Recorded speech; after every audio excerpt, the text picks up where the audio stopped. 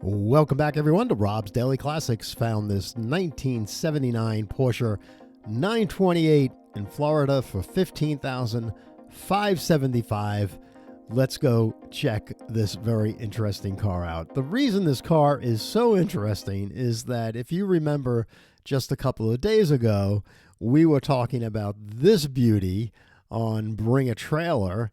This is a 1980 Porsche 928 5-speed transmission. It sold for $142,000. Now, this is the rest of the world version, meaning that it's not a US model. So it has more performance. It's got the 5-speed transmission. It's got a very wild green color. It's got that beautiful checkerboard interior and all that stuff that was part of the feature cars on the press and all that when this car first came out. And it's in pristine condition. I mean, it's a fully restored car with a manual transmission and all. The automatic transmissions were actually faster, just to let you know. And also, in the United States, only, I think like 84% of everything that was sold in the United States was automatic transmissions. So manual transmissions in the States are pretty rare to find. So, but $142,000 in contrast to this car for $15,500. It's just an exercise in money. You know, we can't compare that $142,000 car with this car, but we can in a way, because this car also has 80,000 miles, so to speak. And he says a true mileage unknown, but then he says 80,000 miles, so we need to find that out. And this car is automatic and all. He did some work to this car.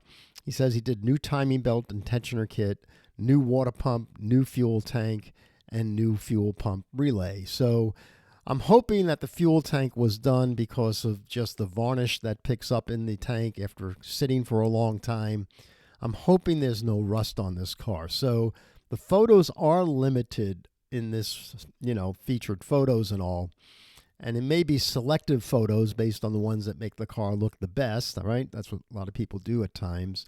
But what I can see, my qualifying questions when it comes to originality, condition, and price, the first question would be, is that paint original? And if it is, then yeah, I want to keep talking about it.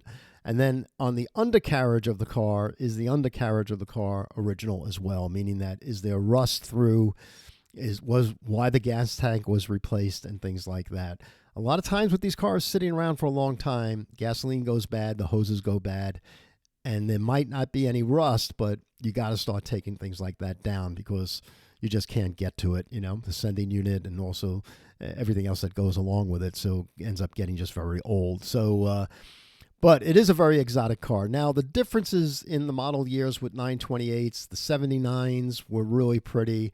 The 78, 79, and 80 represents the original looking car, how the car was originally penned back in 1971.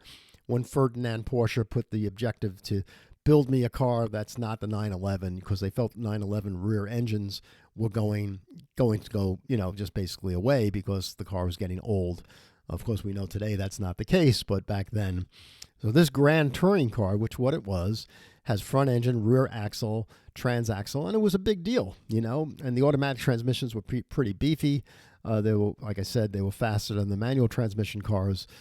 But there's a lot of exotica to it. So basically, whether you get the 928 in its very early rendition, or you get the 928 1987 when the car's design changed, both the front and rear.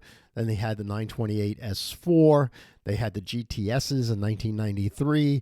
And as you go up, they get more exotic. I mean, what he paid for this car, $142,000, he probably could have saved $60,000 and found a GTS, like a 1993 GTS, which definitely has more likability than that one. But I get it. People do things for what reasons they do it, right? So, but what I'm trying to say here is that just like a piece of Frank Lloyd Wright furniture, whatever model year of the 928, you're getting that design. And it's really you're buying into the design of this car more than you're buying into high performance, because they were touring cars. They were fast. Believe me, they were really quick cars. But, whether it's a 79 you could buy for $15,000 or get a 86 for $45,000 or $50,000, I'd go for the lower price and get to know it and dive into it and have some fun with it. So he did a lot of work to this car. That means that there's some reasoning that he's putting labor into it. He might have just gotten tired of the car. You have to do it yourself on this type of vehicle, so you're going to need to be talented enough not to be intimidated by some exotic stuff here. But yeah, $15,575. Look at it, tear it apart.